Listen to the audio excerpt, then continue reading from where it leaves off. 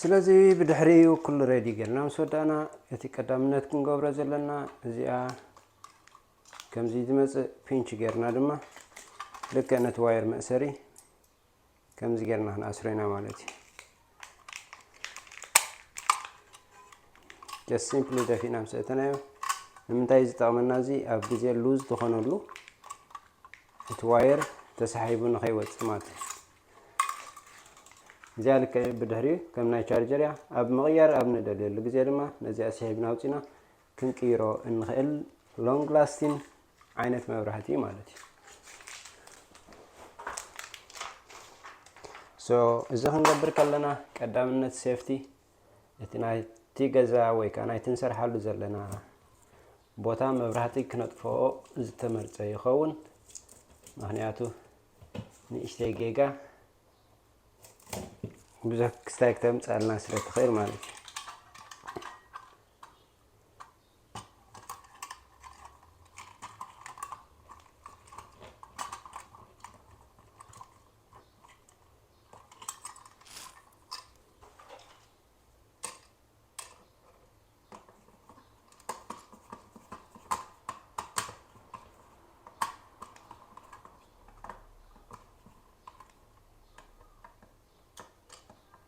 እዚ ቀዲምና ቅድሚ ዝኾነ ወይ ከዓ እንድሕር ስራሕ ኮይኑ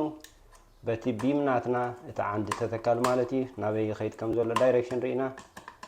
እንድሕር ሓድሽ ንሰርሖ ኣለና ኮይና ድማ ቅድሚ ድራይወል ምግባርና እቲ ክንገብሮ ወይ ከዓ ኢንስታል ክንገብሮ ደሊና ዘለና ቦታ ቀዲምና ንዝርግሖ እሞ ምልክት ጌርና ድማ ልክዕ ኣፍታ ቦታኻ ቀዲምና ነውፃ ማለት እዩ እታ መሳርሒ ሕጂ ትሕግዘና ልክዕ ነቲ ሳይዝናቱ بقبو ناخد قرصلنا مالتي بدحريو يا واير سنيبرز اجداسيو اندحر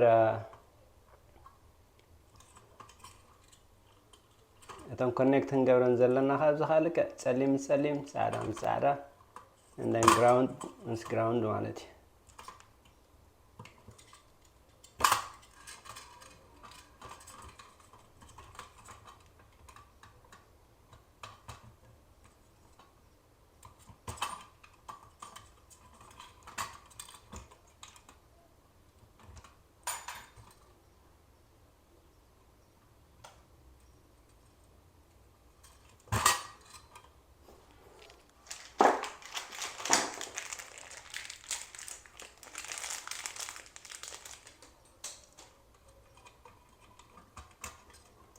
ground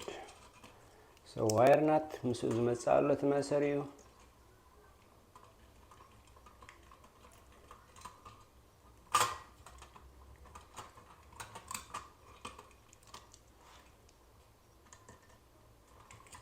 so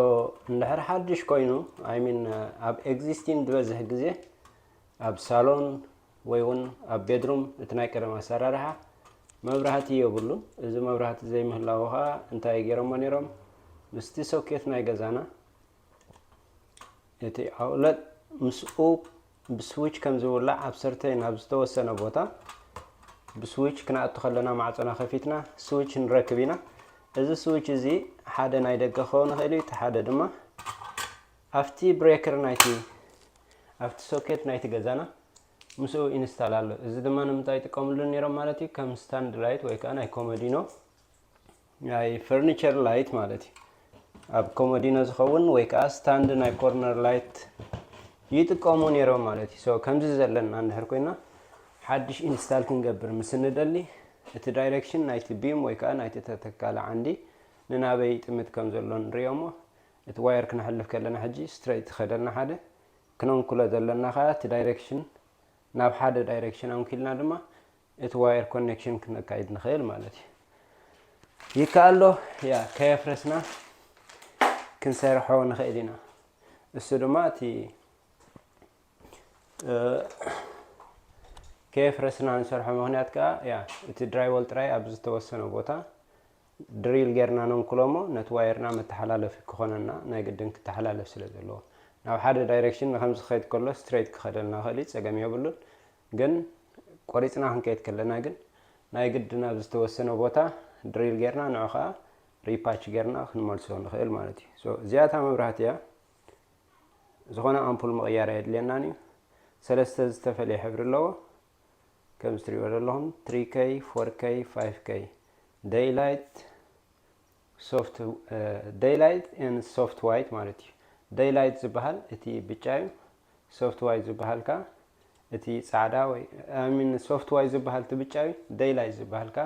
እቲ fluorescent ዓይነት ሕብሪ ዘለዎ ብጫ ማለት እዩ ሶ እዚ ከምዚ ኮኔክት ገርና ድማ ከምዛ ደረኹማ እዚአን ስፕሪንግ እዚአን ኦኬ እዚአን ስፕሪንግ እዚአን እተናተን ኮኔክሽን ክኾናየን ማለት እዩ ብድሕሪኡ ትንደልዮ ሰሌክት ገርና እቲ ያናትና ኣብ ገርና ድማ እዚ ልክ ኣፍቲ ሲሊን ይኣቱ ሶ ኣብ ዝተወሰነ ግዜ ካልእ ግዜ ክንቅይሮ ምስ እንደሊ እቲ ሕብሪ እንድሕር ጻዕዳ ገርና ያጸኒሕና ወይ ከዓ እቲ ብጫ ገርና ያጸኒሕና ኣብ ዝተወሰነ ግዜ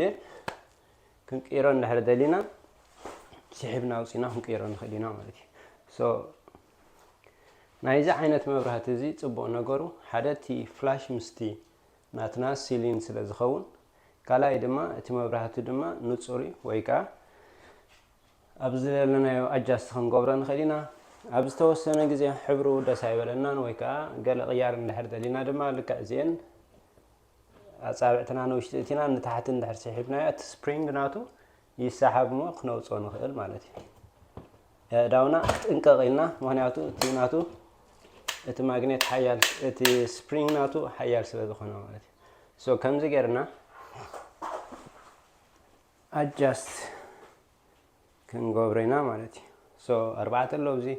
ከም ትሪእዎ ዘለኹም ንዕኡ ወሊዕና ድማ እቲ ኣጃስት ክንገብሮ ንደሊ ማለት እዩ ሶ እዚ ይመስል ስፍሕ ዝበለ ገሬ ፕሮዳክሽን ዩቱብ ቻነል ፈሎ ዘይበልኩም ፈሎ ክትገብሩ ዘለኩም ሃናፂ ርእይቶ ሓሳብ ከዓ ኣብ ናይ ቦታ ኮመንት ክትገድፉለይ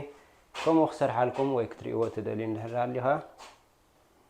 ኣብ ቦታ ኮመንት ምጽሓፍ ሼር ምግባርን ኣይትረስዑ ኣብ ቀጻሊ ሰላም ወሰናይ በብዘለኹም